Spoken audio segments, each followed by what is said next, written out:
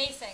That's why I honestly had way fun teaching them today. So everybody, we have been in this unit simplifying. Don't talk during my lesson. This is the day not to talk during my lesson. Okay. So today we're gonna be. Not today. See, you're already flustering me. Okay. Wow. That video is already ruined. Oh well. So simplifying. So what we've been doing is dealing with radicals in this unit, right? We've been simplifying radicals, adding and subtracting, multiplying and dividing, rationalizing denominators, and then we kind of curved into some quadratic stuff, and that's because they have radicals involved. We've been solving quadratics by completing the square, quadratic formula, and whatnot. Today we're going to be solving more equations, but they're going to just be quadratic in form. We actually know how to factor quadratic in form. If you can recall back to a couple of units ago when we have that hard factoring unit, we learned how to factor things that are quadratic in form. Now today what we're going to do is, once we factor it, we're just going to then use that to then solve. So right here, if you can recall from a while back, this was what was quadratic in form. 4 2 constant, right everyone? That looks very similar to degree 2 1 constant. It's going down in even increments. This was quadratic in quote-unquote form. So we factored these by a U-Substitution. So everybody, just remember x to the 4th is really this. X squared squared minus 4x squared minus 12 equals 0. So what would my U-Substitution be to write this in a prettier form? U equals x squared. Because then now look what we can do. We have now u squared minus 4u minus 12 equals 0. And we know how to factor a quadratic. What multiplies to be negative 12 and adds up to be negative 4. 6 times 2, negative 6. I can quick factor because my leading coefficient is 1. U minus 6 and then u plus 2. And then you'd say, but u is not u. U is actually x squared. So we're dealing with x squared minus 6 times x squared plus 2. And then when in that unit, the last unit that we did with this type of thing, we were done. Now what we're going to do in this unit is it's saying solve. So we just factored it. Well, why is that nice? Because now can't we set each of those equal to 0 and solve? So we have x squared minus 6, set it equal to 0. We have x squared plus 2, set it equal to 0, and solve for x. So we'd add 6, so we have x squared equals 6, and then we'll square root, root cancels out with power, x is equal to plus and minus root 6. So there's 2 of our solutions. Next thing, subtract 2, x squared equals negative 2, square root, x is equal to plus and minus what? I root 2. Now count. We have 4 solutions. The degree at the very top was degree 4, therefore we should have 4 solutions. So that's a good way to be checking today. We've done it right. All good? Moving on. Let's do it again. This one I'm going to go really quick through because I think that example is the exact same as this. So first things first, get it set equal to 0. So p to the 4th minus 7p squared minus 18 equals 0. U substitution, let u be what? P squared. So then we have u squared minus 7u minus 18 equals 0.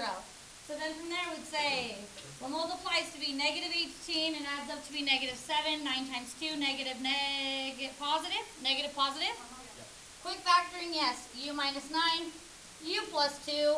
So then we actually have p squared minus 9, p squared plus 2, set those equal to 0. So p is equal to plus and minus what? 3. P is equal to plus and minus I root 2. Now count 1, 2, 3, 4 solutions and it was degree 4. Pretty easy, right? Because we just skipped a step. You should not be skipping a step when you do it. Subtract 2. P squared equals negative 2. Square rooting it. So I do not recommend on the homework skipping steps like I just did. Okay.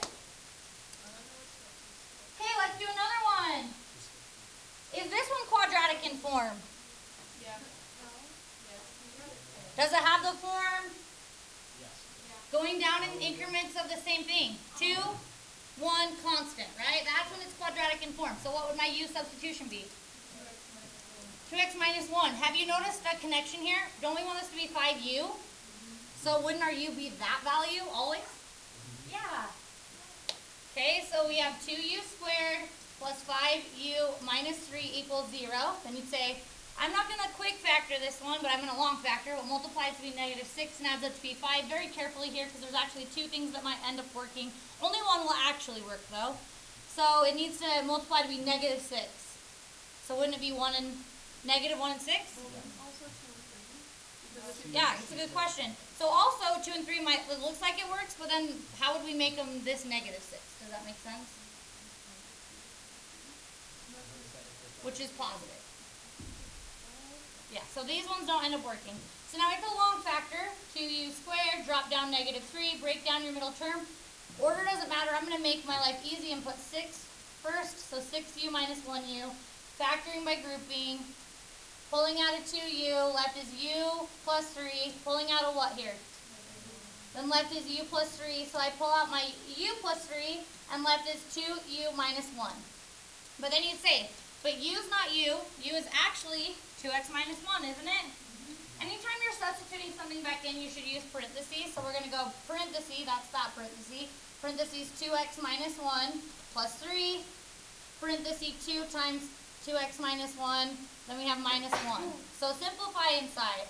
So this is just addition. So doesn't inside become 2x plus 2? Then in here, this would need to distribute.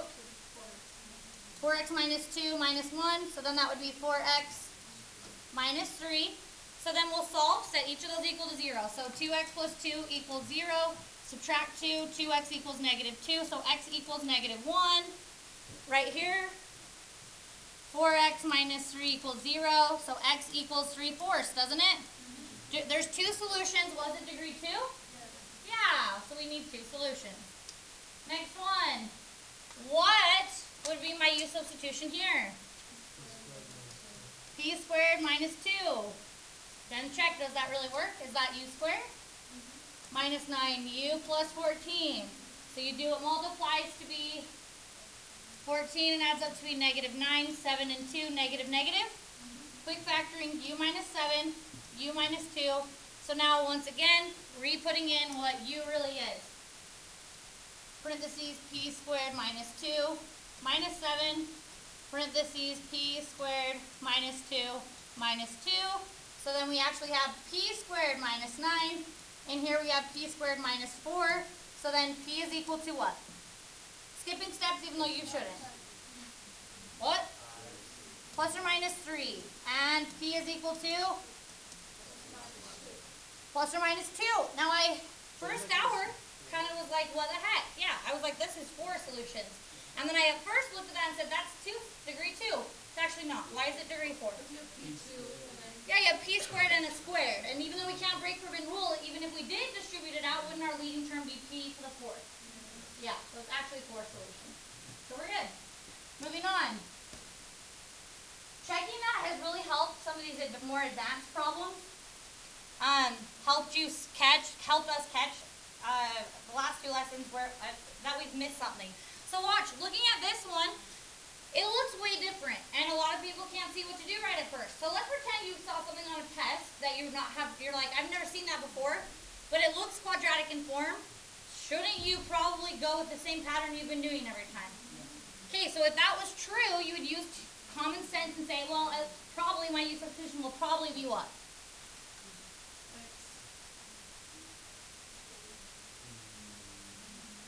What have we been doing through all of these? Using what? That part. That part. That part. Right, everybody? So once again, using common sense, what do you think if you were desperate that you should probably do a U-substitution with? Square root of x, guys. Right? Right? Let's think a little bit.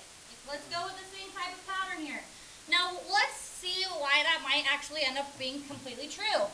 Let's rewrite this with the same type of exponents. Here's a whole number, or like a fraction, and then right here we have a radical. But isn't a radical just a fraction? So we could rewrite this as 3x to the first minus 5x to the 1/2 minus 2 equals 0. And now is it a little bit more obvious that it's going down in the same increments? 1/1/2 constant, everyone? So you'd say, okay, so u is really x to the 1/2, which is root x, yes, right, everyone? Now look, that really works because, look, u squared Look, u squared. Watch me square this side. What would that become over here? Just x. So it really is u squared. X is u squared, everybody. So then we really have this. 3u squared minus 5u minus 2 equals 0. What multiplies to be negative 6 and adds up to be negative 5. 1 times 6, negative 6. Not quick factoring.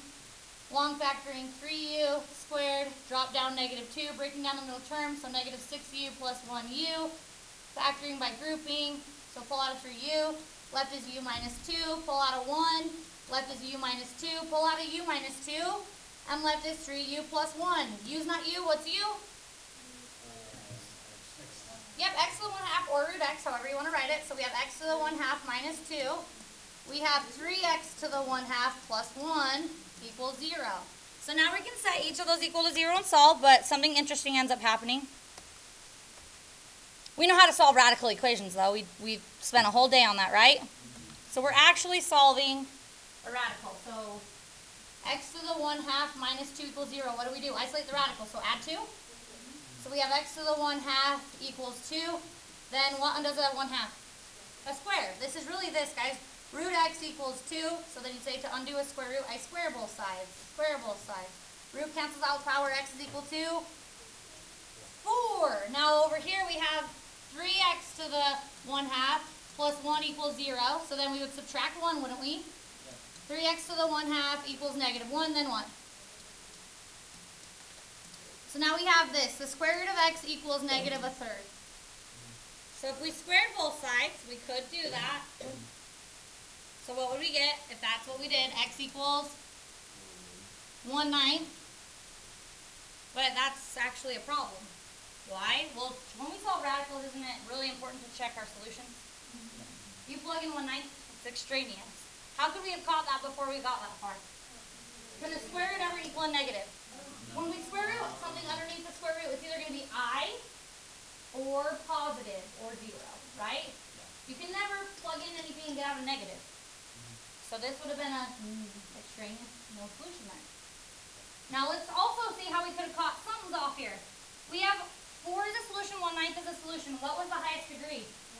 We should only have one solution here. So something's off. Well, it's because the 1 was extraneous. We threw it out. So it turns out the only solution was 1. Was it 1? 4, sorry. The only solution was x equals 4. Make sense? Cool how it all works out. Okay. So what would my I'm not going to do this one, but what would my U-substitution be? U is equal to square root of w. So then wouldn't this be 3u squared minus 14u plus 8? I need long factor. Okay, awesome. Okay, this one. What would be my U-substitution if you had to guess? Yeah, well that works. Does that work? Well, let's see. Is that u squared? Let's check. Is u squared, so squared both sides, x to the negative 1 squared? Is u squared really x to the negative 2? Yeah, so we've done it right. So we'd say, so 4u squared plus 13u minus 12 equals 0. We'll multiply it to be negative 48 and adds up to be 13. Then all the hours have been kind of stuck. So what do? Start listing them out. 1 times 48, 2 times 24, 3 times 16. Whoop, there it is, right? Okay? Yeah, you're welcome. Drop and break, long factoring. 4u squared, negative 12. Putting those in the easiest way for me to factor, I'm going to put 16 first, 16u minus 3u, factoring by grouping. 4u, and then left was u plus 4. Then factor out a negative 3, left is u plus 4. So factor out u plus 4, and left is 4u minus 3. Okay. Now insert your u back in, which was what? Okay, let's solve this. There's 2 ways to solve this one, like a few different ways, honestly. So we have x to the negative 1 plus 4. 4x to the negative 1 minus 3. So set each of those equal to 0. X to the negative 1 plus 4 equals 0. 4x to the negative 1 minus 3 equals 0. So you're saying do what? Subtract 4. So we have x to the negative 1 equals negative 4.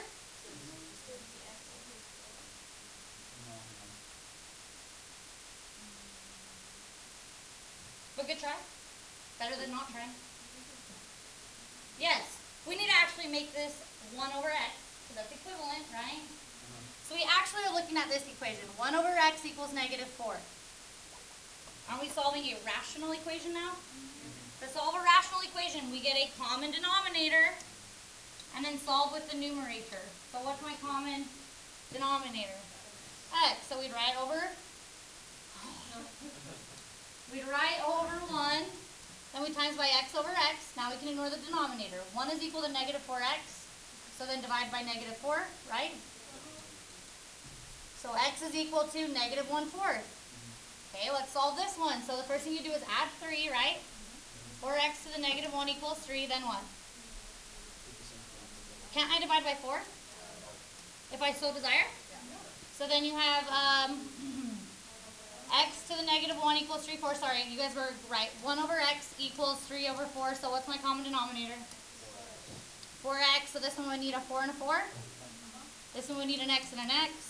Ignore denominator. 4 is equal to 3x. So then divide by 3. So our second solution is x is equal to 4/3. Let's go check. It should be degree 2. Let's see, was it? Yeah, 2. The negative still degree 2. Okay, everybody? So yeah, we have 2 solutions. Okay, next one. We're almost done with the lesson here, but stick with me. There's a reason I have all of these here, I promise.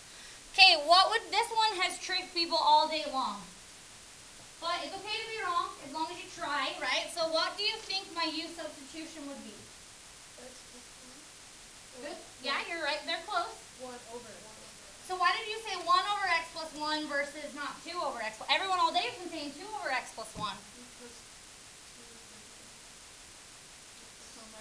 Okay. Yeah?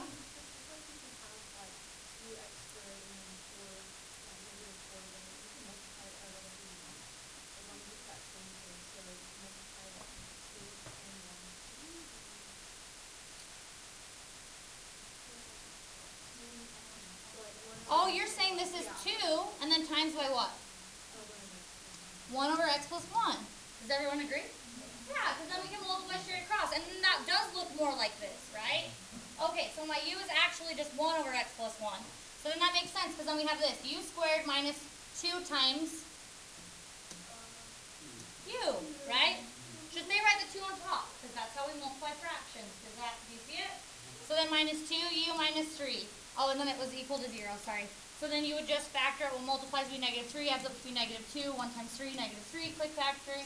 U plus 1, u minus 3. So then u is not u is 1 over x plus 1, right? Then we have our plus 1 equals 0. Then we have 1 over x plus 1 minus 3 equals 0. So then how could we solve? Yeah, get a common denominator. So these are all both over 1. So then we'd multiply by x plus 1, x plus 1, x plus 1, x plus 1. Isn't x plus 1 times 0, 0? So we have a 1 plus, because we can ignore the denominator, we have 1 plus, distribute 1 in.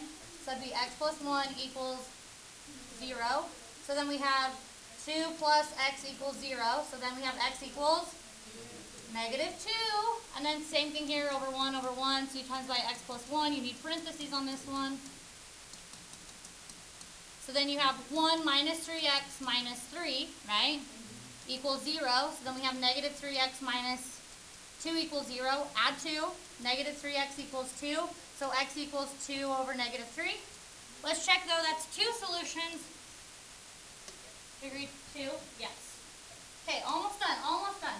You guys are doing awesome. We won't even go through this one if you can just tell me what the U-Substitution would be. U is equal to p to the 1/3, which makes sense. Now, listen though, how many solutions should this one have? Should have 2. People say, but what, the freak? Can you tell me why you're just saying 2?